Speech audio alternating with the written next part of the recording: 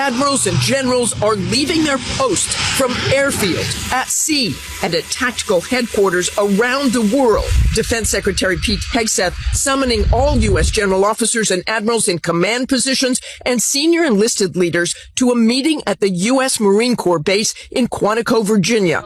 But even those told to attend the meeting do not know what prompted Hegseth's call and what will be discussed. The Pentagon saying only the Secretary of War will be addressing his senior military leaders early next week. President Trump was asked about the meeting, but perhaps misunderstanding the question or unaware of the Hegseth meeting, he seemed to think it was foreign generals who were coming to meet Hegseth. Well, I know. I love it. I mean, I think it's great. Let him be friendly. Let him be friendly with the generals and admirals from all over the world. Why is there something? No, but is there something wrong with it? Vice President Vance stepping in. It's not particularly unusual that generals who report to the Secretary of War and then to the President of the United States are coming to speak with the Secretary of War. But there has not been a meeting quite like this one, and it has created apprehension among senior officers. Last May, Hegseth ordering at least a 20% reduction in the number of four-star generals and admirals across the active duty force. It's in keeping with President Trump's commitment to achieving peace through strength. We're going to shift resources from bloated headquarters elements to our warfighters. The secretary has already fired at least 15 senior military officers, including General C.Q. Brown, the then chairman of the Joint Chiefs of Staff, and the first woman to command the Navy, Admiral Lisa Franchetti, also let go. While the topic of the meeting remains a mystery, given what President Trump and J.D. Vance said about it, it does not appear to be an urgent national security matter. But having this many senior officers away from their post does create concern among some. Rebecca? All right, Martha, thank you. Hello, Bobby Jones here from Midas Touch and Valor Media Network. Later this week, Pete Hegseth has summoned all the admirals and generals of the United States military active duty force to Quantico, Virginia. Now, when this first was released to the press, many people thought that it could be a large shift in strategy, maybe a complete deconstruction and reconstruction. Hello, Bobby Jones here from Midas Touch and Valor Media Network. Later this week, Pete Hegseth has summoned all the admirals and generals of the United States military active duty force to Quantico, Virginia. Now, when this first was released to the press, many people thought that it could be a large shift in strategy, maybe a complete deconstruction and reconstruction of the Department of Defense and its military hierarchy. Maybe even in some cases, people speculated loyalty oaths must be given to these generals and admirals in order to execute President Trump's administrative goals as far as the military is concerned. But as time has gone on, we have seen or have gotten leaks that this is more of a rally, a return to a warrior ethos speech that is going to be given by Hegseth in person. And it's probably going to be a photo op too, because all of these generals and admirals who are traveling from all over the world have been told to bring their dress uniforms. Now, let's understand something. This is an extremely rare occurrence to have that much brass in one location. Heck, the United States didn't even do that in World War II. They couldn't because we're fighting an active war. And make no mistake, some of these generals and admirals will be coming from some very hot, not just combat zones, but high interest zones, having to travel all the way around the world for what many are now saying may be no more than a 30-minute speech and photo op. So why do it? What's the history behind the thought process of doing this? Well, we're going to get into that. But here's what you need to know. This is just more of what we have seen from the current administration, specifically dealing with the Department of Defense. It's theatrics over substance. To show you how much of an inconvenience this whole thing is for the flag officers of the United States military, I just need to highlight a couple of things. Again, we've already talked about how unprecedented this is, but for flag officers, and for what I mean by flag officers, one-star admirals and generals and above, so 1-star, 2-star, 3-star, 4-star, for them to travel at all, to leave their theater of operational responsibility is significant because, hey, the person who's next in line has to be brought up to speed, make sure they understand what the objectives and goals are of operations in the theater. There's also the fact that, the subordinate commands that are actually doing the work now have to understand who they're supposed to report to and what, if there are any changes.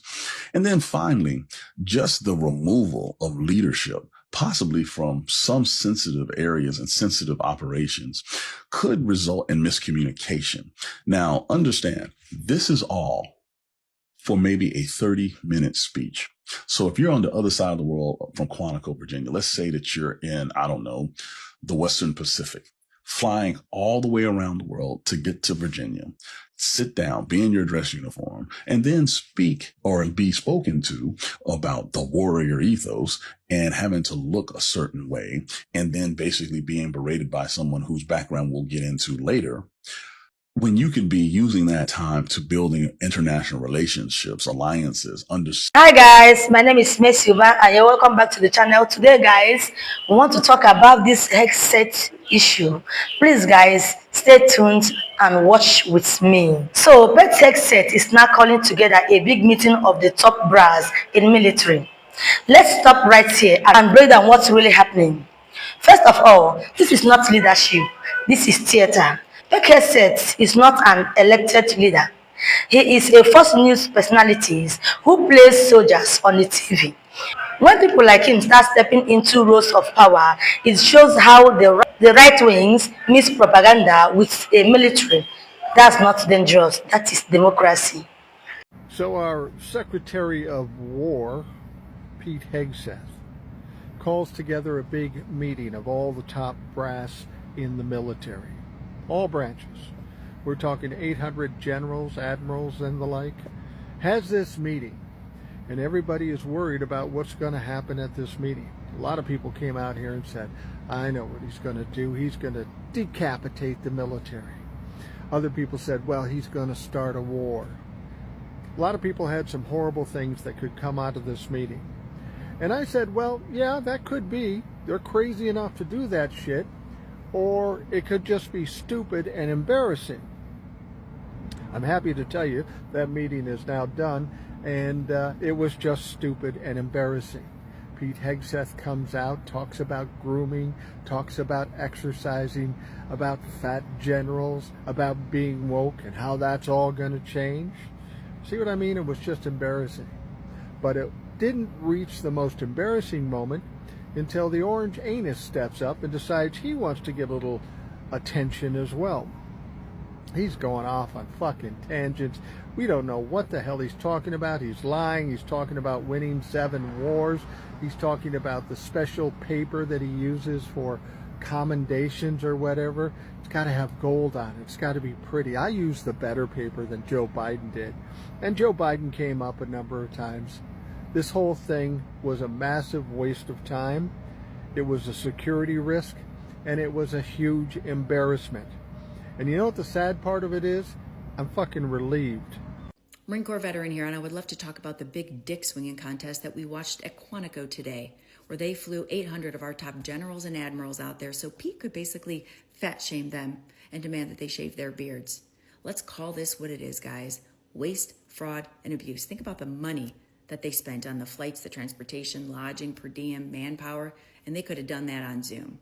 That is wasting our taxpayer dollars. And I don't know, was it leadership or discipline? Because the message was a little muddy. But if you're looking for accountability, you can get that where they serve. This was not about leadership or discipline. This was theater. And then I think it's abuse to force these senior leaders to drop everything and gather in one location. That's reckless, creates a massive security risk, wastes their operational time, and it just undermines them. These are top generals and admirals. These are not new recruits. Pete's going to basically talk about, oh, no more DEI, no more gender illusion, no more climate change worship or dudes in dresses. Really? Like that just had to be said, Pete, right? No, it didn't.